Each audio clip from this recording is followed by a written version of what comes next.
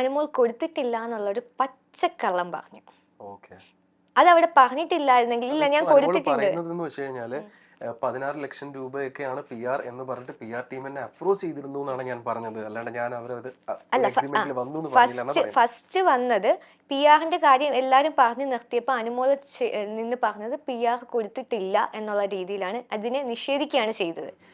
അപ്പോഴാണ് ഞാൻ പറഞ്ഞത് നീ എൻ്റെ അടുത്ത് പറഞ്ഞു എന്നുള്ളത്.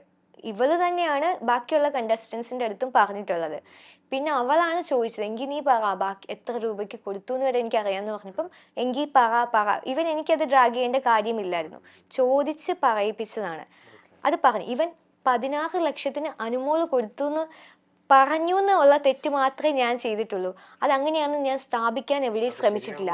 അത് ശരിയാണോ തെറ്റാണോ, 2 ലക്ഷത്തിനാണോ കൊടുത്തത്, 50,000 ആണോ അഡ്വാൻസ് കൊടുത്തത്, 12 ലക്ഷമാണോ 15 ആണോ 30 ആണോ 5 ലക്ഷമാണോ ഒന്നും എനിക്കറിയില്ല.